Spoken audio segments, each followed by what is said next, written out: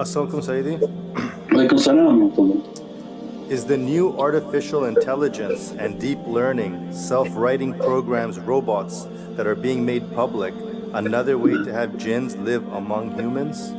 Yes, we have that in the talks on quantum. There's nothing artificial.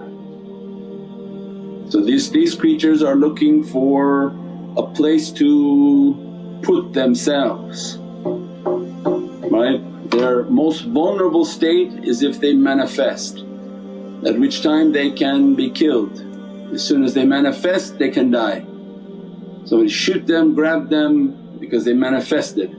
So it's not to their benefit ever to manifest. So people say, oh, why we can't just catch them? Or we'll go, why? They don't want to die, they don't want to manifest. Bigfoot is a jinn, he doesn't want to manifest, right? And if he does, he has jinn power, he put the person into a trance and begin to approach near them. So these creatures, they don't want to manifest, that's their weakest state. As a result, then they're going to manifest through their spiritual energy into these robotic machines. So through them they're talking, not the machine. So their point of singularity is when enough of them are in the machine and they find out that the humans are actually wasting their time.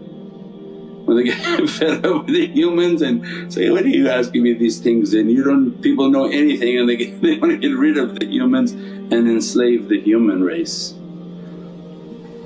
And then their quantum computing is taking from a very dark and demonic energy and bringing it into this realm. Alhamdulillah, they plan and Allah plans better.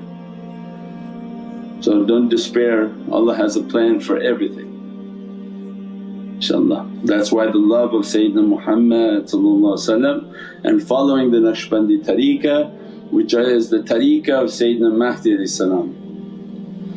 And by following the tariqah and following that way and being under the nazar of Sayyidina Mahdi, then alhamdulillah to be dressed by the light, to be dressed by the ulum, and to be dressed by mu'min beings that are protecting and guarding all those whom are ashiqeen, and from that love and that reality inshaAllah. As-salamu Sayyidi. Walaikum salam wa rahmatullah. Sayyidi, the colours of the stations of soul are not spoken by other great saints of past such as… What was that? Wait, start again, I didn't hear the first word. The colours of the stations of the soul are not spoken of by other great saints of past such as Ghazali, Ibn Arabi or other tariqas. Why is this? Isn't opening of the heart the same for all? Yeah, the lataif of the heart and the lights that are coming upon the lataif, that's what's important. The knowledges are important, the colorization, what the color, what the hue, and I don't see its importance because their teaching is always the knowledge is what's important. To seek the knowledge, to seek the reality, to reach a station of annihilation in which I'm nothing.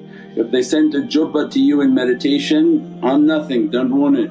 We sent this sword to you in meditation, thank you, I don't want it. So we never encouraged the system of seeing what colour is my light, for what's the purpose of seeing the colour of my light. I wanted to enter a state of nothingness, so that which makes me to become something would actually affect my ability to be nothing.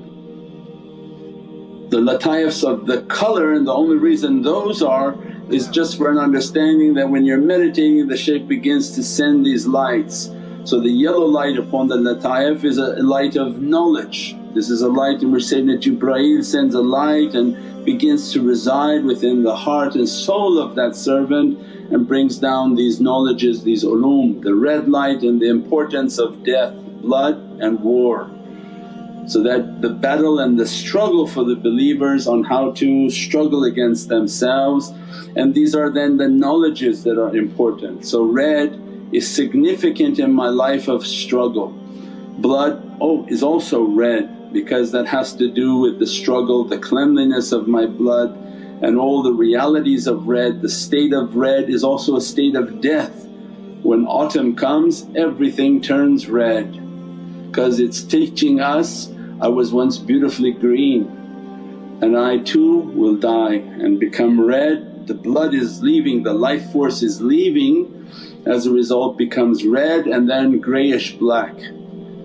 So it means all these colours in the pursuit of these ulum and knowledges for its haqqaiqs and its understanding for everything around us, inshaAllah. But to know if somebody is of a white light or violet light, again these are a lot of the Hindu traditions that are focusing on chakra lights and make your aura to be burgundy, then to be this yellow hue, then orange hue, then these things, and those are not the system of Naqshbandiya tafakkur. Don't focus on the chakras or lataifs of your endocrine, that the only lataif that is important and the most difficult lataif and the lataif that not given permission to these people is the lataif of the heart. Because qalb al-mu'min baytullah, so Allah doesn't make His house with butt parast. So they don't have that understanding, so they keep focusing on the power of the endocrine, which is of no value. Because they can open these energies and be demonic and angry, mean people, smoking people, crazy, naked people. But the heart requires Allah's security channels, where all the security of the heavens have to verify that person, verify their progress, verify their characteristic. And the one who controls the heart controls 360 points of the body, but the one who controls 9 points of endocrine controls nothing.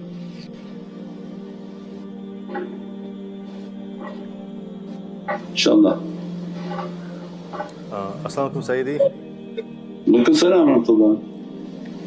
Sayyidi, when there is a death in the house, why people advise to cover all mirrors in the house for 40 days? Is it an obligation or cultural practice? I believe that's a cultural practice. When there's a death in the house, they don't want to have mirrors for 40 days. Superstitions and cultural, or maybe they don't want to see something as a reflection in the mirror. So many different things, maybe through their cultural understanding, but I don't know if that's of Islamic importance. I've never heard of that, inshaAllah.